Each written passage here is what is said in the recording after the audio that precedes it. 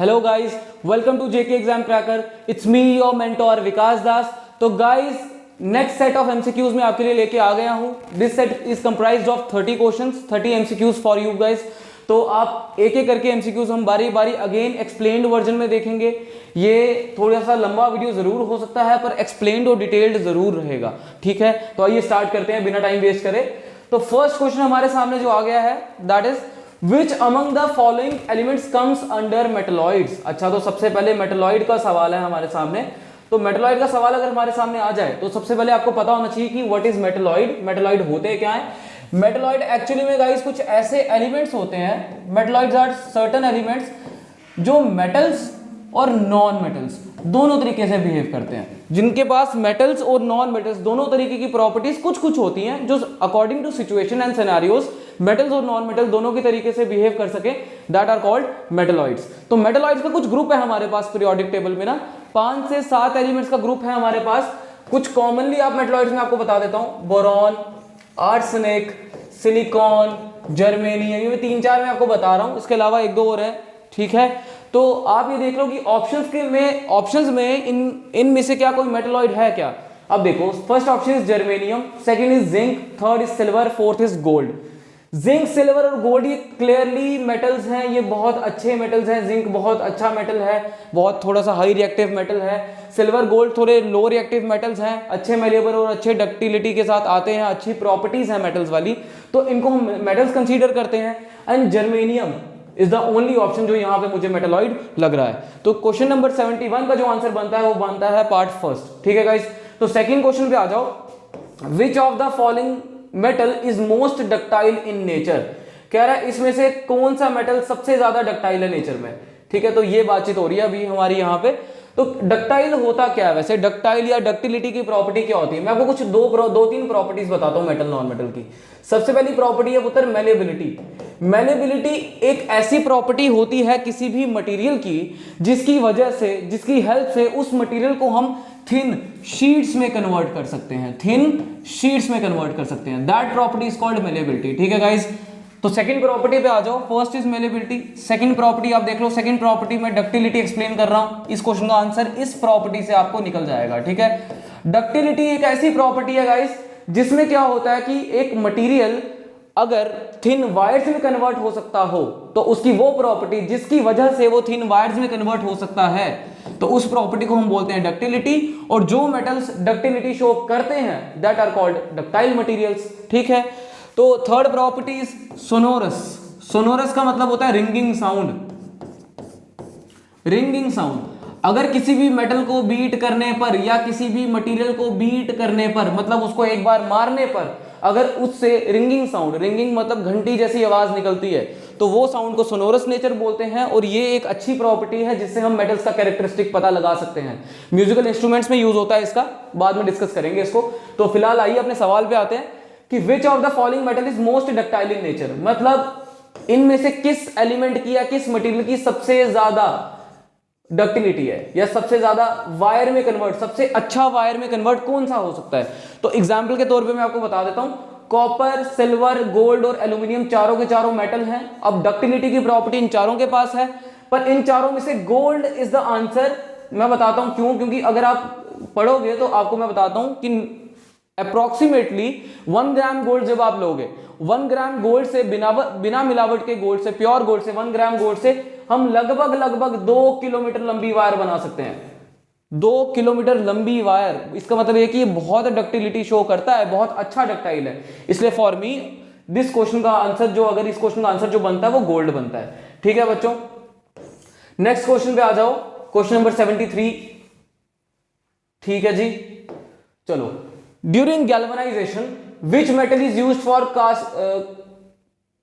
Casting iron, actually casting होगा, casting iron and steel objects preventing them from rusting. ठीक है, कह रहे कि गैल्वेनाइजेशन की प्रोसेस में आयरन या किसी भी स्टील आइटम को प्रोटेक्ट करने के लिए इनमें से किस मेटल की या किस ऑप्शन की परत उसके ऊपर चढ़ाई जाती है। अब गैल्वेनाइजेशन मैंने आपको एक्सप्लेन किया हुआ है पहली वीडियो में, फिर बता देता हूं थोड़ा सा। गैल्वेनाइजेशन एक ऐसी प्रॉपर्टी है जिसकी वजह से क्या होता है, जिसकी वजह से हमें कोरोजन से किसी भी ऑब्जेक्ट को अगर बचाना हो तो हम ये वाला फिनोमिना या ये वाला मेथड हम यूज कर सकते हैं। इसमें क्या करते हैं, हम जिंक को मॉल्टन स्टेट में लेते हैं,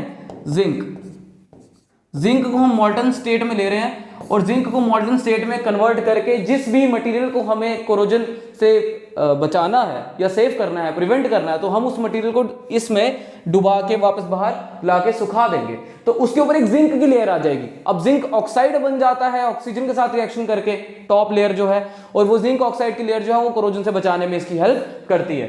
तो गैल्वेनाइजेशन का अगर सवाल है, गैल्वेनाइजेशन में सिर्फ और सिर्फ जिंक मेटल का यूज होता है। तो for question number 73 my choice is answer number 1 zinc. चलो जी नेक्स्ट क्वेश्चन पे आ जाओ। Question number 74 is in the modern periodic table. अच्छा जी, मॉडर्न पीरियोडिक टेबल का सवाल आया। In the modern periodic table metals, metalloids and non metals are found in which block. कह रहा है अगर आप किसी मॉडर्न पीरियोडिक टेबल की बात करो, कौन सा ऐसा ग्रुप है या कौन सा ऐसे ब्लॉक्स हैं, 4 तरीके के ब्लॉक्स होते हैं, मैं बता देता हूं थोड़े से, एसपीडी और एफ। कहता है इसमें से कौन से ब्लॉक में आपको मेटल, नॉन मेटल और मेटलॉइड तीनों के तीनों देखने को मिल जाएंगे। ठीक है, आपको मेटल्स भी मिलेंगे, मेटलॉइड भी मिलेंगे और नॉन मेटल्स भी मिल जाएंगे। तो थोड़ा सा करते हैं काम। हम क्या करते हैं, थोड़ा पीरियोडिक टेबल आपको मैं बता देता हूं कि किस तरीके से पीरियोडिक टेबल का स्ट्रक्चर रहता है, और ये जो ब्लॉक हैं एस पी डी एफ जो ऑप्शंस थे वो कहां कहां हैं देख लो थोड़ा मेरे साथ। मैं थोड़ा सा बेसिक ड्रॉ करूंगा अभी। ठीक है जी,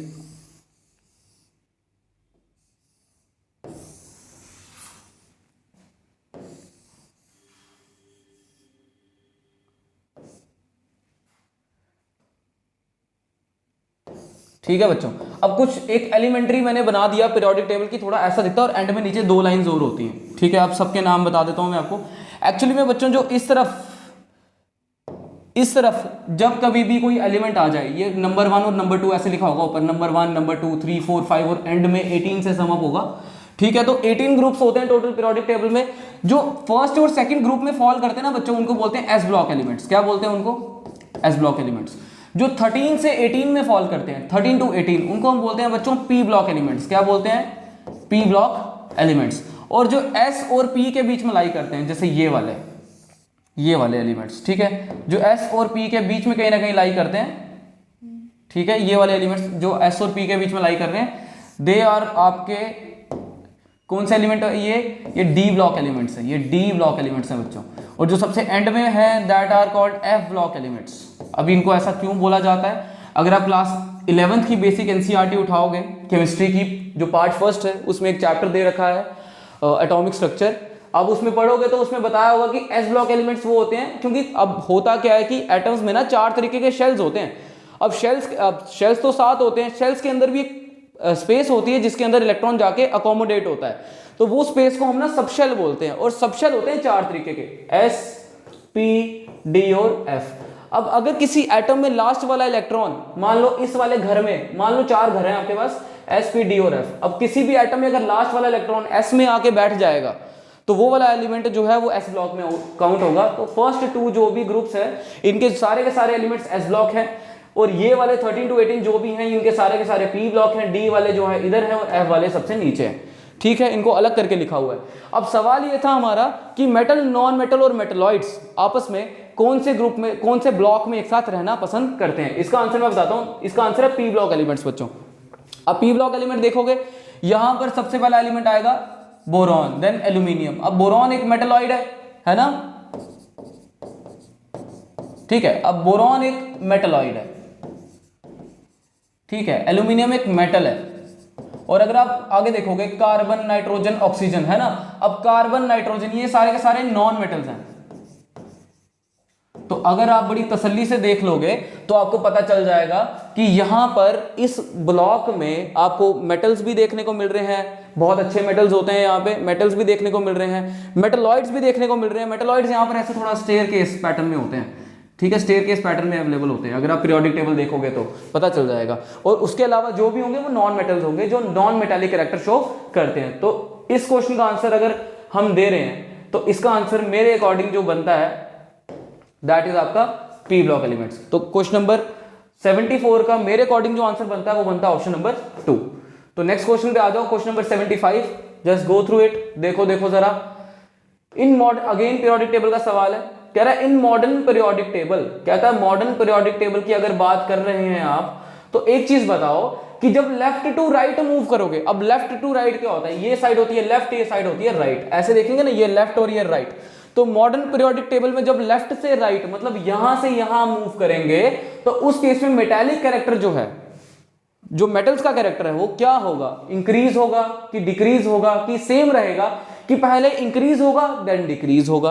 तो इसका सीधा सीधा जवाब में जो है आपको पीरियोडिक टेबल बता के दे भी देता हूं थोड़ा सा। अब पीरियोडिक टेबल को थोड़ा सा साफ कर देते हैं, थोड़ा सा साफ कर देते हैं ताकि थोड़ा सा मैं आपको बता पाऊं। अब देखो कुछ प्रॉपर्टीज होती हैं, अब देखो जब आप ऐसे पढ़ते हो ना, ठीक है, जब आप ऐसे पढ़ते हो पीरियोडिक टेबल को, पीरियोडिक टेबल पूरा ऐसा होता है, ठीक है, जब आप ऐसे पढ़ते हो पीरियोडिक टेबल को, एक बार पूरा साफ ही कर देते हैं ताकि अच्छे से बता दें आपको, ठीक है, चलो जी, ठीक है, पूरा बता देते हैं। पीरियोडिक टेबल कुछ ऐसा,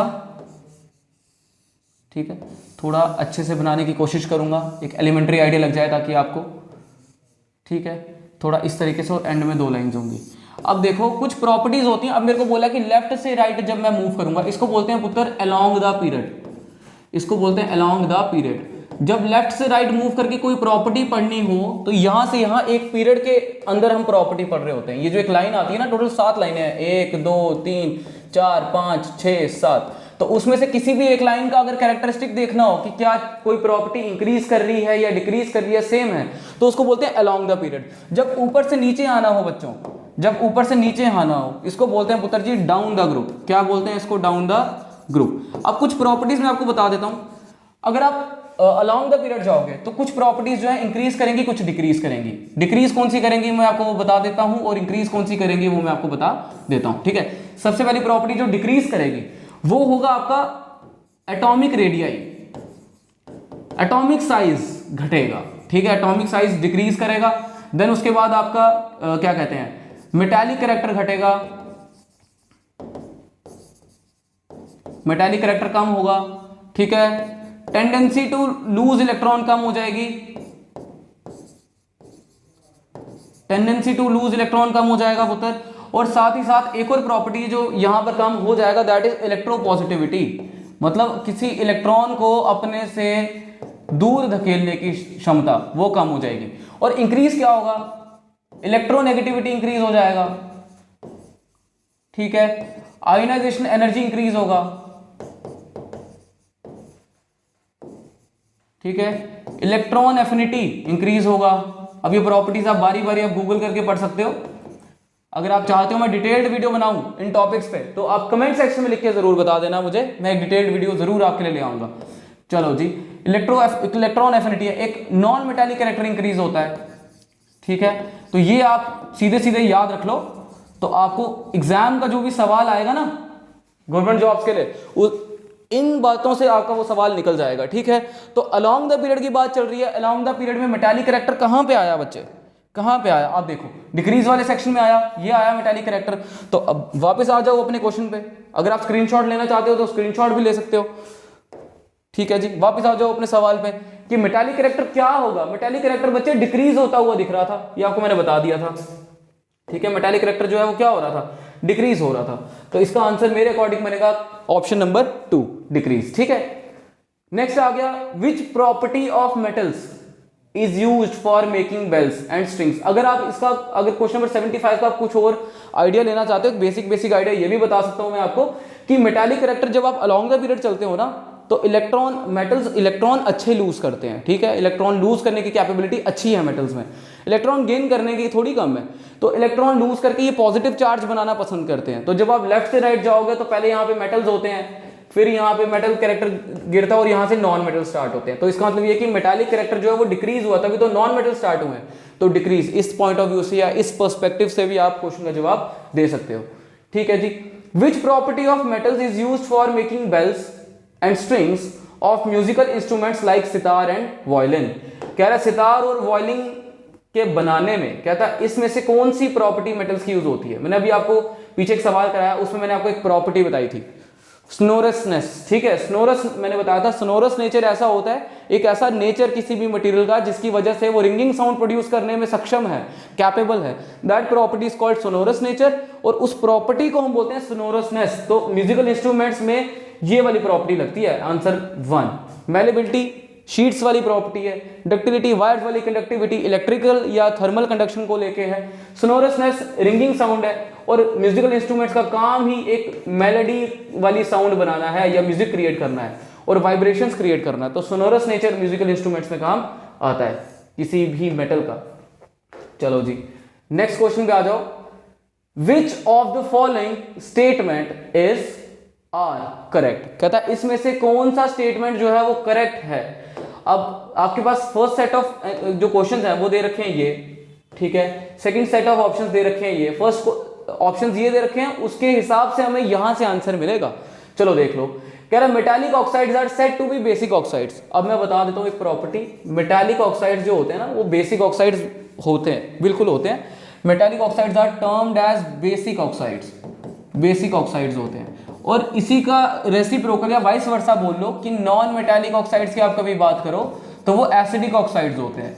अगर सीधे सीधे इसका कोई आपको लॉजिक नहीं चाहिए तो वो भी सही है, बता देता हूं क्यों, अगर चाहिए तो वो भी बता देता हूं। तो लॉजिक इसके पीछे ये है कि मेटालिक ऑक्साइड्स को जब कभी भी आप क्या कहते हैं पानी से ट्रीट करोगे ना तो ये बेस बनाता है। कोई भी मेटल ऑक्साइड ले लो, CaO ले लो, इसको पानी से ट्रीट करोगे तो ये बेस बनाएगा। तो बेसिक नेचर होगा तभी तो बेस बना पाएगा, समझे बात की नहीं। और नॉन मेटालिक ऑक्साइड हमेशा एसिडिक कैरेक्टर वाले कंपाउंड बनाता है, ठीक है, मेरी बात समझ आई। और अगर आपको सीधा सीधा एक्सप्लेनेशन चाहिए कि सर ये बेस वेस रिएक्शन समझ नहीं आता है हमको, तो हम क्या करें, तो लिटमस टेस्ट करके होता है बच्चों एक, इसका रीजन ये लिटमस टेस्ट भी है। लिटमस टेस्ट में क्या होता है कि जो एसिड है ना वो ब्लू कलर से रेड कलर में हो जाता है अगर कोई चीज एसिडिक है, पर नॉन मेटालिक ऑक्साइड तो बेसिक नेचर के होते हैं, तो ये रेड कलर से ब्लू कलर चेंज करते हैं, ठीक है। अगर कोई चीज एसिड होगी तो वो लिटमस पेपर का कलर ब्लू कलर से रेड में कन्वर्ट करेगा। इसको ऐसे याद रख सकते हो, एप्पल इज रेड, मतलब एसिड वाले कंपाउंड लाल कलर के कन्वर्ट होंगे किससे, ब्लू से, याद रख लेना। न्यूट्रल वॉयलेट कलर के ही रहेंगे, और अगर कोई बेस हुआ तो बेस रेड कलर को ब्लू में करता है, ठीक है, ये याद रख लेना आप, समझ आएगी बात। तो पहला ऑप्शन जो है बेसिक ऑक्साइड्स ये बिल्कुल करेक्ट है। दूसरा आ गया non metal are basic in nature, बिल्कुल नहीं, एसिडिक नेचर के होते हैं भाई साहब, अभी देखा, अभी बात करी इसके ऊपर, एसिडिक नेचर के होते हैं। तीसरा आ गया कि all acids have similar chemical properties, मतलब क्या कि लगभग जितने एसिड्स होते हैं उनकी जो केमिकल प्रॉपर्टीज होती हैं वो एक दूसरे से बिल्कुल रिजेंबल करती हैं। हो सकता है थोड़ा सा गैप आ जाए या थोड़ा सा डिफरेंस हो, लेकिन लगभग सिमिलर केमिकल प्रॉपर्टीज होती हैं। ये बात बिल्कुल सही है। सारे के सारे एसिड सबसे पहली बात सोर टेस्ट के होते हैं, खट्टे होते हैं। दूसरे क्या होता है कि एसिड जो है वो इलेक्ट्रॉन पेयर गेन करने की टेंडेंसी होती है इनमें, तो सारे एसिड्स में इलेक्ट्रॉन पेयर गेन करने की टेंडेंसी है। गेन करने की टेंडेंसी है तो इलेक्ट्रोनेगेटिव एलिमेंट का होना बड़ा जरूरी होगा, तो इलेक्ट्रोनेगेटिव एलिमेंट भी होगा। तो पहला और तीसरा वाला सही है, और इन दोनों को अगर फर्स्ट और थर्ड में ढूंढूं तो option 1 is the right answer बच्चों। तो नेक्स्ट क्वेश्चन पे आ जाओ। थोड़ा सा कंफ्यूजिंग हो सकता है पर कोई कंफ्यूजिंग वाली बात नहीं है, डायरेक्ट ये बातें आप देख लो, ये बातें जो मैंने इधर लिखी हैं वो बातें आप देख लो। चलो जी, solder is an alloy of which of the following metal, कहता सोल्डर इसमें से किस मेटल का एलॉय है, ठीक है। तो सोल्डर अगर मैं बात करूं, सोल्डर को लेके हमने पहले भी एक फर्स्ट पेपर में सवाल करा, सोल्डर, प्यूटर, ब्रास, ब्रॉन्ज, बहुत सारे तरीके के देख लिए हमने, ठीक है। सोल्डर बेसिकली ना लेड और टिन का अलॉय होता है, याद रखना कि सोल्डर बेसिकली किस किस का अलॉय होता है, लेड और टिन का, जिसमें अगर आप लेड की परसेंटेज देखोगे ना बच्चों, द परसेंटेज ऑफ लेड जो सोल्डर में होता है दैट इज एग्जैक्टली अप्रोक्सीमेट 37% के आसपास लगा लो आप लेड की परसेंटेज, और टिन की परसेंटेज आप अप्रोक्सीमेट लगाओगे तो 63%, लगभग इतना परसेंटेज में यूज होता है, ठीक है। 2:1 रेशियो है लगभग आप देख सकते हो। तो सोल्डर जो है वो लेड और टिन का अलॉय है। यहां पर लेड और टिन का आप देख लो कौन सा है भाई साहब, ये है हमारे पास फोर्थ ऑप्शन, तो fourth option is the right answer, ठीक है। नेक्स्ट क्वेश्चन पे आ सकते हैं। चलिए जी, thank you so much permission के लिए। नेक्स्ट क्वेश्चन पे आ रहे हैं। अच्छा जी, कह रहा विच of the following is the correct arrangement of the given metals in ascending order of their reactivity, कह रहा है रिएक्टिविटी के असेंडिंग ऑर्डर में बताओ कि ये जो हैं, जो एलिमेंट्स हैं, वो इनमें सबसे ज्यादा रिएक्टिव कौन है और सबसे कम रिएक्टिव कौन है। इसको लेके मैं आपको थोड़ा सा बताना चाहता हूं कुछ। अगर आपने को ये समझ आ गया तो ये मिटा देता हूं मैं, ठीक है।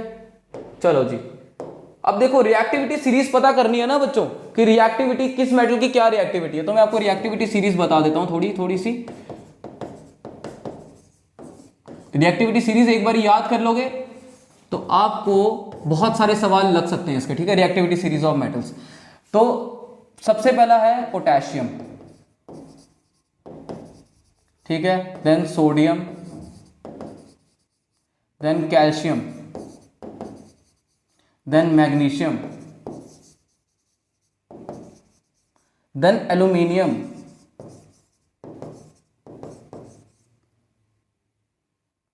Then zinc, then iron, then tin, then lead,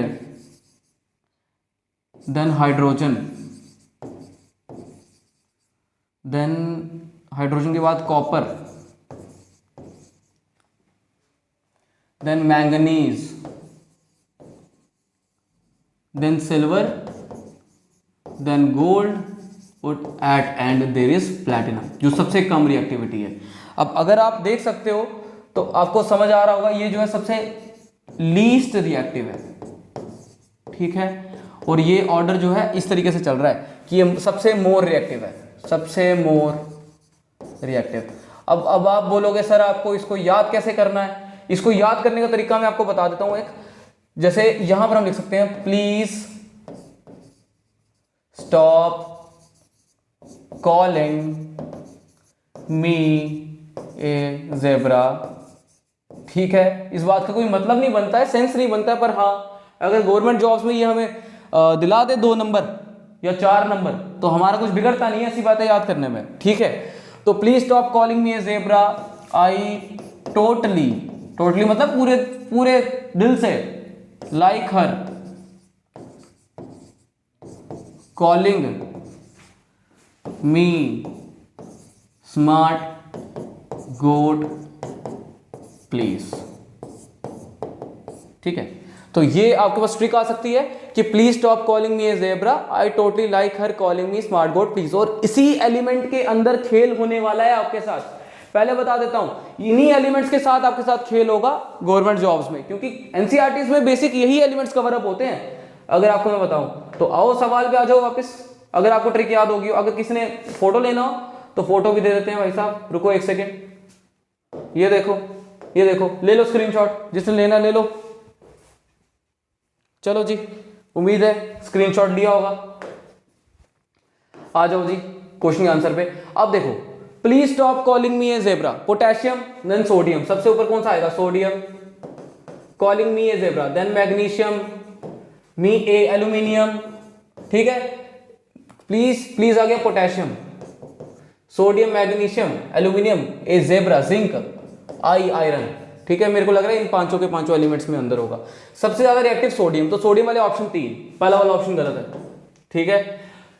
sodium के बाद आ जाएगा आपका मैग्नीशियम। अब सोडियम के बाद मैग्नीशियम वाले तीसरा वाला ऑप्शन भी गलत हो जाएगा, थर्ड वाला इज आल्सो रॉन्ग, सेकंड और थर्ड पे गेम चल रही है। मैग्नीशियम के बाद जिंक और जिंक के बाद आयरन, जिंक और iron, option number 4 is the right answer.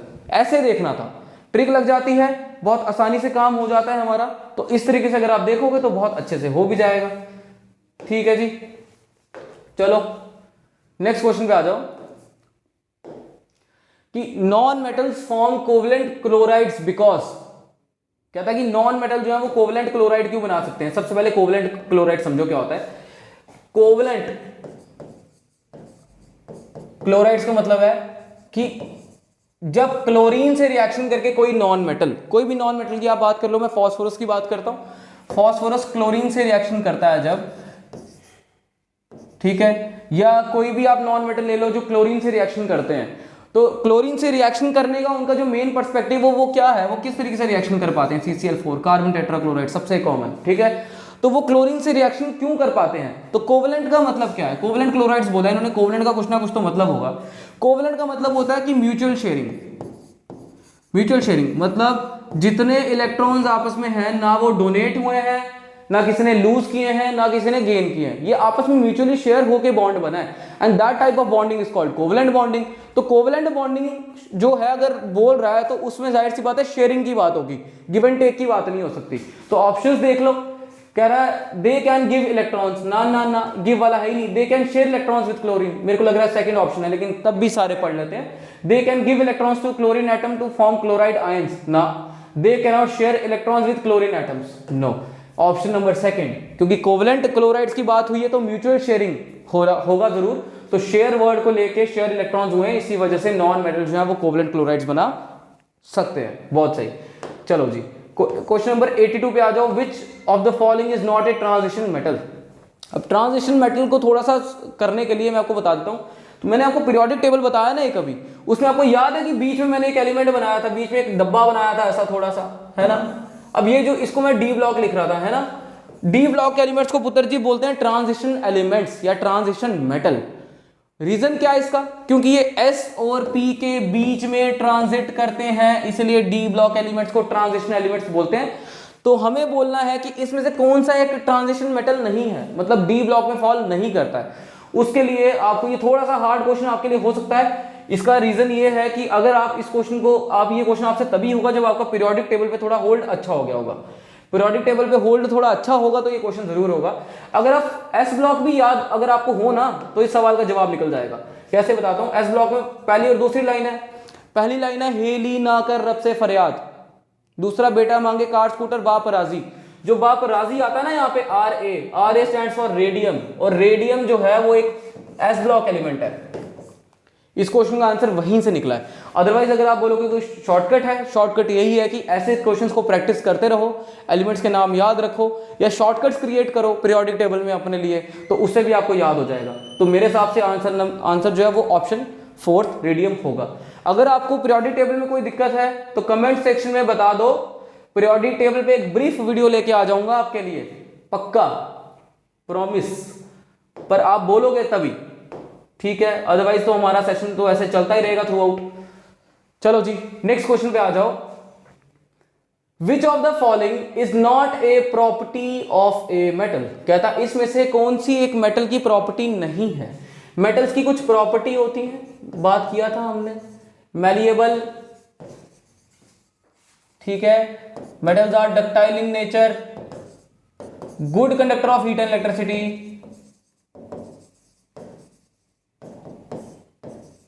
Heat and electricity के अच्छे कंडक्टर होते हैं, पास होता है इनमें से हीट इलेक्ट्रिसिटी अच्छा, सोनोरस नेचर होता है भाई साहब, लस्टर होता है, मतलब शाइन होती है इनकी अपनी एक, ठीक है, लस्टर होता है। उसके अलावा अगर आप देखोगे बेसिकली सॉलिड होते हैं, कुछ एक्सेप्शंस हैं यहाँ पे, सोडियम और पोटेशियम थोड़े से सॉफ्ट होते हैं, ठीक है।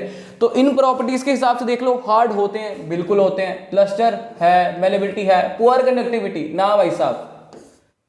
आंसर नंबर 4, आंसर नंबर जो है 83 क्वेश्चन का वो है 4th ऑप्शन, क्योंकि poor conductivity of heat non metals की प्रॉपर्टी है ना कि मेटल्स की। इज नॉट ए आया है तो क्वेश्चन नंबर 83 का जो आंसर है वो ऑप्शन नंबर 4th बनेगा मेरे अकॉर्डिंग। चलो जी, कहता which of the following is the symbol of the metal that occurs in liquid form at ordinary temperature. सबसे पहले तो आपको मेटल पता होना चाहिए जो लिक्विड होता है, that is none other than mercury, ठीक है। लेकिन यहां पे मरकरी पता होने से बात नहीं होगी, मरकरी का सिंबल आए, एक सिंबल है मरकरी का, वो आपको पता होना चाहिए। अगर वो आपको पता है तो आपको इस सवाल का जवाब आएगा। सिंबल्स जो है क्वेश्चंस प्रैक्टिस करने से ही आएंगे। मरकरी का सिंबल मैं आपको बता देता हूं, दैट इज Hg, ठीक है। तो Hg ऑप्शन देख लो, Hg ऑप्शन देख लो कहां पे है, तो ये K पोटेशियम है, Ag सिल्वर है, Pb लेड है, ठीक है, और Hg मरकरी है। तो क्वेश्चन नंबर 84 का answer is option number 4th, ठीक है। इन दोनों क्वेश्चन का आंसर ऑप्शन नंबर 4th निकला, देख लो थोड़ा, ठीक है जी। Dash is a lustrous non metal, कहता इसमें से कौन सा नॉन मेटल लस्टरस है। सबसे पहले तो देखो क्या सारे नॉन मेटल दे रखे हैं, सॉलिड मेटल है, सोडियम जो है वो मेटल है, तो सोडियम आंसर नहीं हो सकता, क्योंकि नॉन मेटल की बातचीत पूछी है ना, तो सोडियम नहीं हो सकता आंसर। इसका आंसर एक एक्सेप्शन है। एक्चुअली नॉन मेटल जो है ना वो नॉन लस्टरस होते हैं, जिनमें कोई शाइन नहीं होती, एक्सेप्ट दो कार्बन की एक एलोट्रॉप होता है, मतलब कार्बन की एक किस्म है कार्बन इस फॉर्म में मिलता है कुदरत में, जिसको बोलते हैं डायमंड, ये थोड़ा लस्टर शो कर देता है।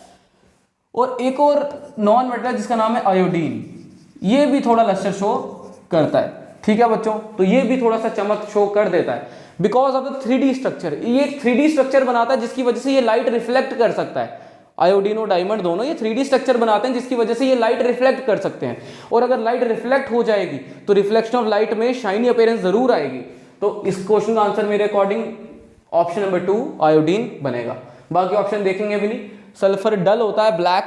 Phosphorus also dull in nature, shine नहीं होती इसमें, व्हाइट होता है, रेड होता है। ठीक है, बहुत सारी किस्में हैं। नेक्स्ट आ गया, which one of the following non metal is a good conductor of electricity. अब एक्सेप्शंस पे सवाल पूछा जा रहा है, थोड़ा सा मैं देख रहा हूं आगे आगे पेपर जैसे आगे आगे मूव हो रहा है, एक्सेप्शंस पे सवाल आ रहा है। तो ये क्वेश्चन भी एक एक्सेप्शन है। कह रहा है कि इसमें से कौन सा नॉन मेटल जो है वो एक अच्छा कंडक्टर ऑफ इलेक्ट्रिसिटी है, जो एक अच्छा इलेक्ट्रिसिटी कंडक्शन करता है। इसमें से कौन सा ऑप्शन है? मैं बता देता हूं कि कार्बन की ना 3 फॉर्म्स है कुदरत में, ऐसे तो बहुत ज्यादा है, लेकिन जो हम स्टडी करते हैं एलोट्रॉपी में basic first one is diamond. Diamond exception में है, कैसे? रिफ्लेक्शन शो करता है। Second one is graphite, graphite भी थोड़ा एक्सेप्शन है। Third one is fluorine.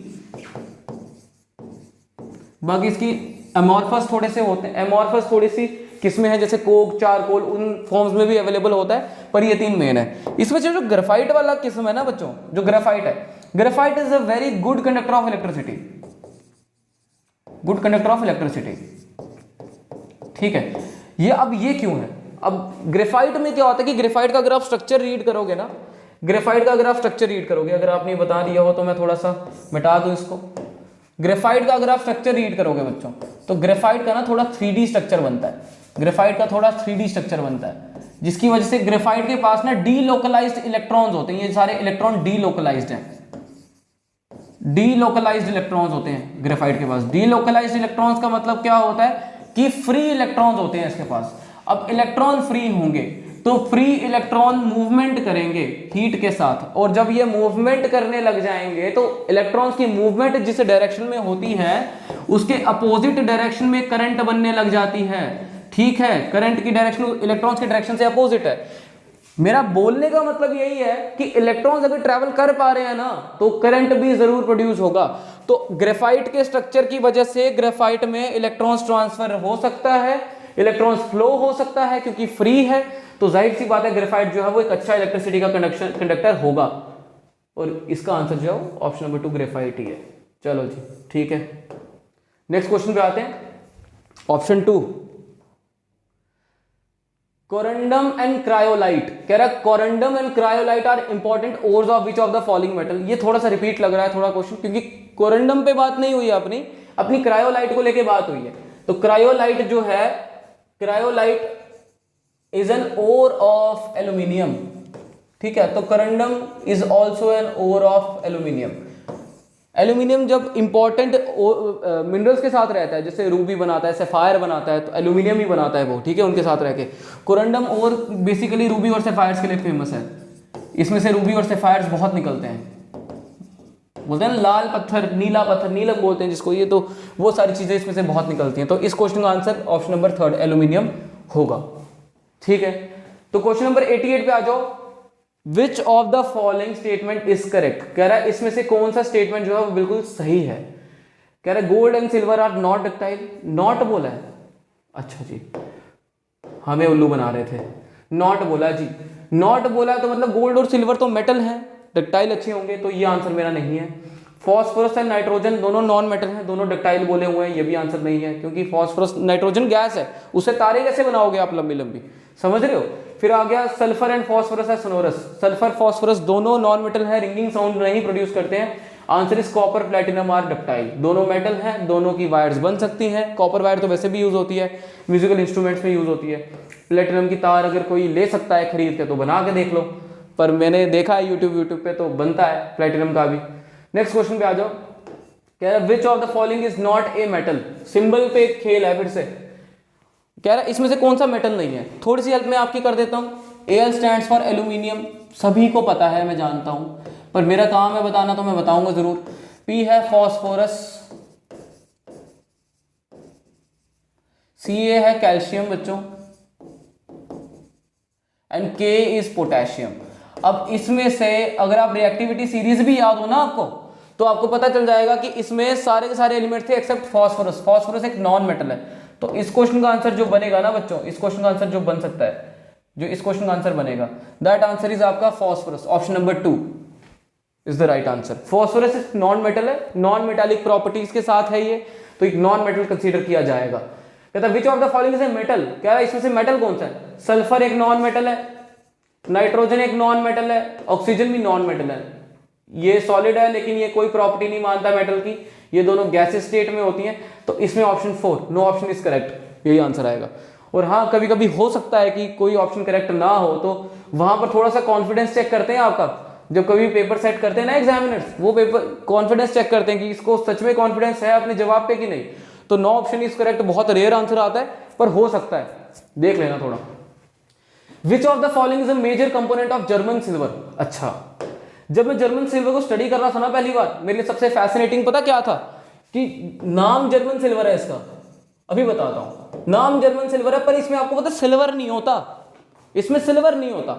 इसमें सिल्वर छोड़ के बाकी 3 एलिमेंट होते हैं। अगर आप जर्मन सिल्वर को पढ़ोगे तो इसमें कॉपर होता है, जिंक होता है और निकल होता है। अब आप बोलोगे सर इसको जर्मन सिल्वर क्यों बोलते हैं, सिल्वर क्यों बोल दिया? सिल्वर देखो, सिल्वर का एक बेसिक प्रॉपर्टी है, सिल्वर से ना ऑर्नामेंट्स बनते हैं और सिल्वर शाइनी अपीयरेंस बहुत देता है।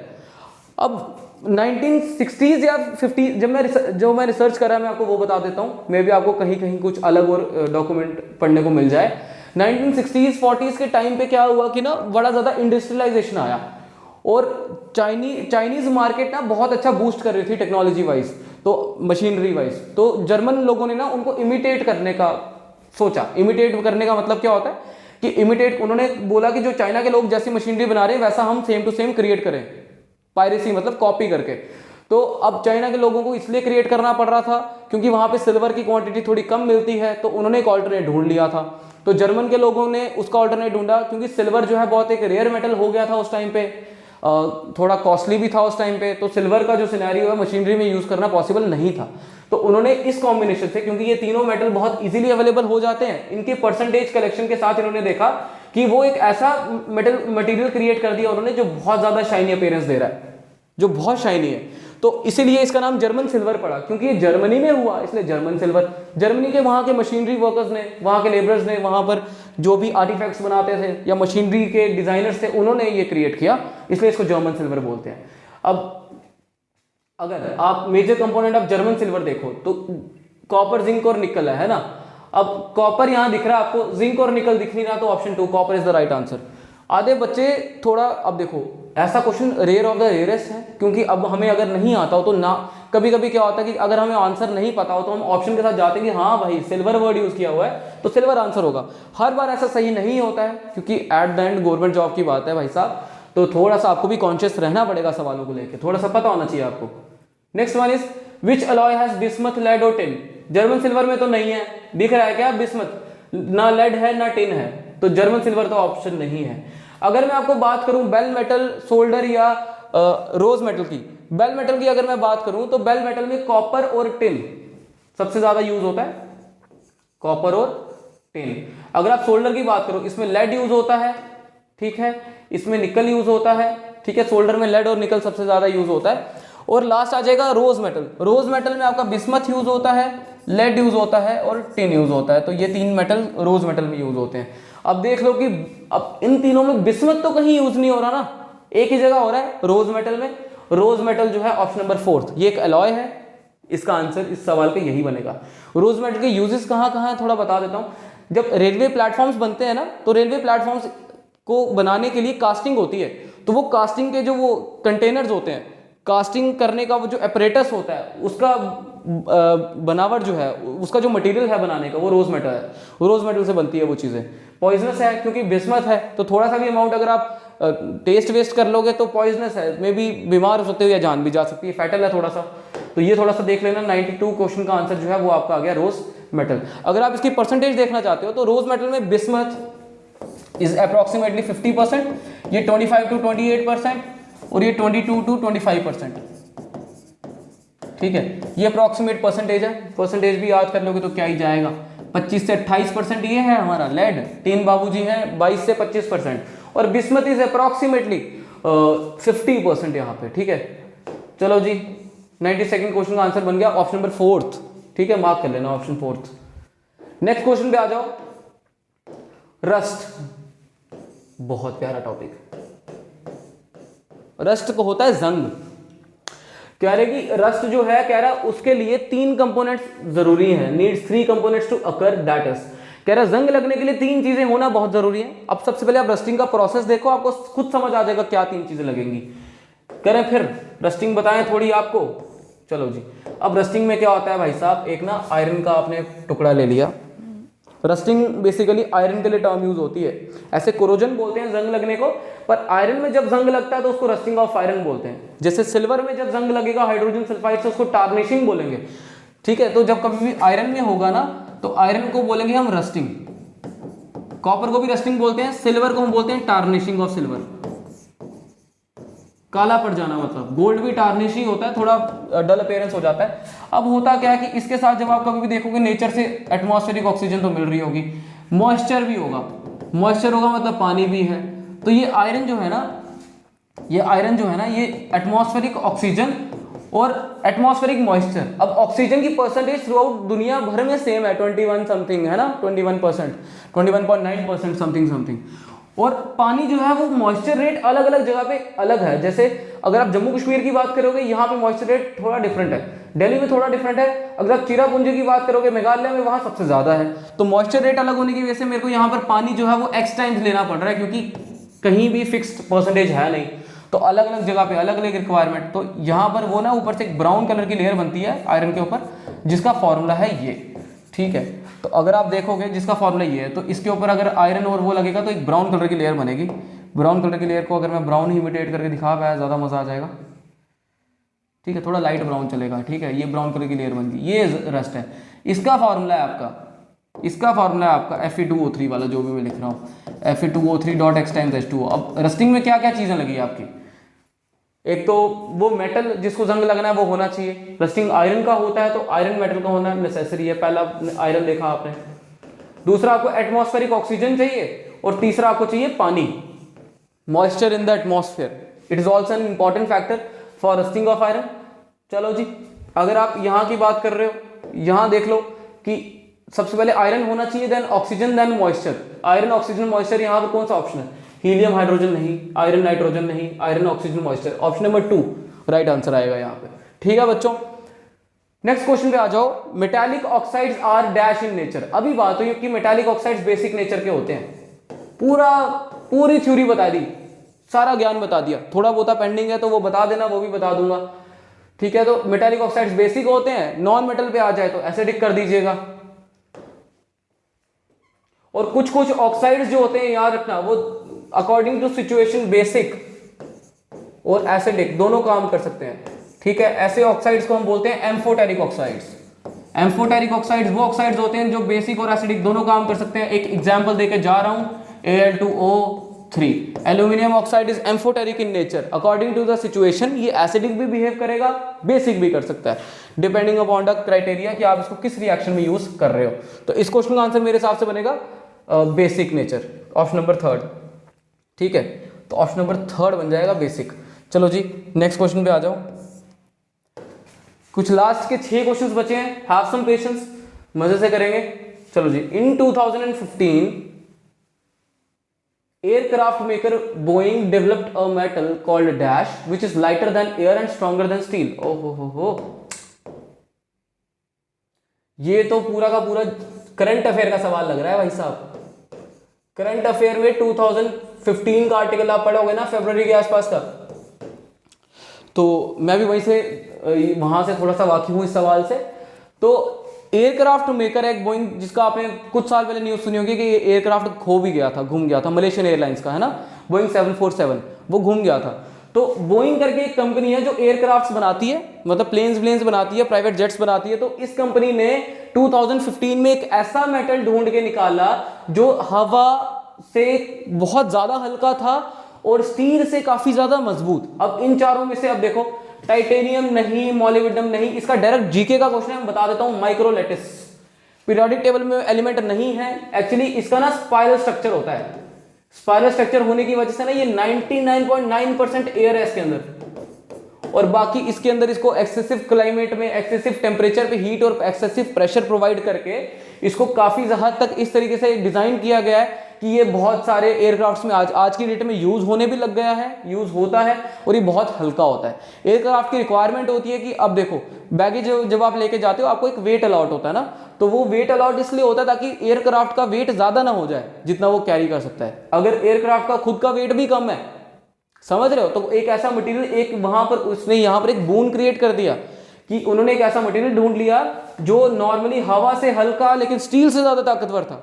तो ये रेवोल्यूशन था एक अपने आप में, इसलिए इसका आंसर माइक्रोलैटिस है। इसके ऊपर थोड़ा सा पढ़ना मजा आएगा। चलो जी, which of the following metals has an ore named galena. Galena के ऊपर बहुत सवाल किया हुआ है भाई साहब। गैलेना का ओर का नाम होता है लेड ग्लैंस। नाम में लेड है तो काम में भी लेड होगा, मतलब हमारे आंसर में भी लेड होगा। तो option number 4 is the right answer. ठीक है जी, ठीक है जी। आओ, dolomite is an ore of which of the following metal. अच्छा, डोलोमाइट का मैं आपको फॉर्मूला बता देता हूं। डोलोमाइट एक्चुअली में ना दो चीजों का ओर होता है। ये it is a combination of magnesium carbonate with calcium carbonate rocks.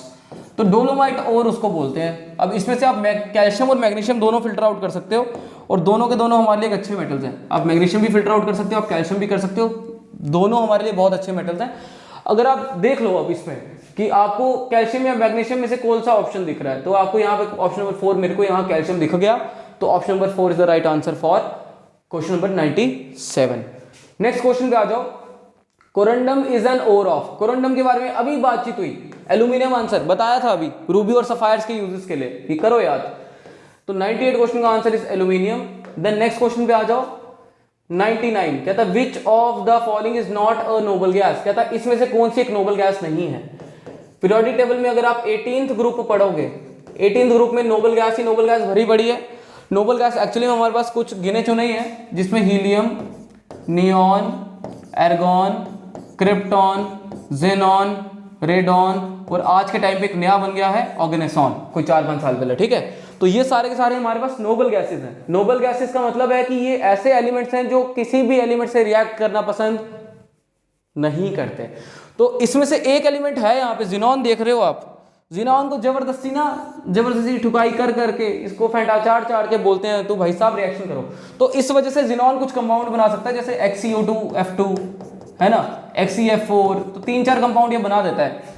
लेकिन ऐसे नोबल गैसेस की आप बात करोगे, आप इनके किसी के कंपाउंड नहीं देखोगे, सिर्फ जिनॉन के दिखेंगे आपको, वो भी क्योंकि थोड़ा सा वहां पर एक नेचुरल एग्जिस्टेंस है। जब आएगा तो मैं जरूर बताऊंगा। तो यहाँ पर अगर किसी के कंपाउंड पूछा जाए कि नोबल गैसेस में कोई कंपाउंड बन जाए, किस एलिमेंट के कंपाउंड बनाए जा सकते हैं, तो उसका आंसर जिनॉन होना चाहिए। पर सवाल के हिसाब से हमें ढूंढना कि कौन सा नोबल गैस नहीं है। तो हाइड्रोजन, नियॉन तो है, हाइड्रोजन नहीं है, हीलियम है और एर्गॉन भी है, तो हाइड्रोजन इसका आंसर है। तो हाइड्रोजन क्योंकि नोबल गैस नहीं है। ठीक है, हाइड्रोजन की पोजीशन अभी भी स्पेसिफाई नहीं हुई है, इसको फर्स्ट ग्रुप और 17th ग्रुप कहीं भी रख सकते हो आप। ठीक है, नेक्स्ट पे आ जाओ। What is the more common name for solid CO2। कहता सबसे कॉमन नेम सॉलिड CO2 का क्या है। Potash, Quicksilver, Epsom, dry ice. First lecture में हमने देखा था कि सॉलिड CO2 जब सॉलिडिफाई कर दी जाए बहुत कम टेम्परेचर में, that is termed as dry ice. तो ड्राई आइस बोलते हैं इसको, तो ड्राई आइस आ जाएगा। अब पोटैश की बात करोगे, पोटैश इज K2SO4, ठीक है ना, पोटेशियम सल्फेट बोलते हैं। एक होता है पोटैश एलम, वो अलग है, वो लंबा सा सॉल्ट है, वो 11th में आता है। Then quicksilver, then Epsom, then dry ice. अब अगर आप क्विकसिल्वर की बात करो, ये भी सॉलिड CO2 की कैटेगरी में नहीं आता, एप्सम भी नहीं आता, इसका आंसर ड्राई आइस है। बहुत आसान सवाल था हमारे लिए। ठीक है जी, आज के 100 क्वेश्चन खत्म हो गए हैं। नेक्स्ट सेट में मैं कुछ आपके लिए और चैलेंजिंग MCQs लाने की कोशिश करूंगा। आप हमारे साथ बने रहिए, और जो फर्स्ट टाइम विजिट कर रहा है हमारे चैनल को वो सब्सक्राइब जरूर करिएगा। कोई डाउट हो तो कमेंट सेक्शन में लिखिए, मैं कमेंट्स रीड करता हूं, और मैं कोशिश करता हूं कि जो भी कमेंट्स में कुछ पूछ रहा है तो मैं इसकी हेल्प कर सकूं अच्छे से। तो अगर कुछ कमेंट्स में पूछोगे तो आई एम श्योर कि मैं आपको रिस्पॉन्स जरूर करूंगा, चाहे एक कमेंट हो चाहे 1000। ठीक है, तो 100 क्वेश्चन हमारे टोटल हो गए हैं। नेक्स्ट सेट ऑफ MCQs के साथ मैं तब तक आपको मिलूंगा नेक्स्ट लेक्चर में। तब तक के लिए thank you so much, take care, bye.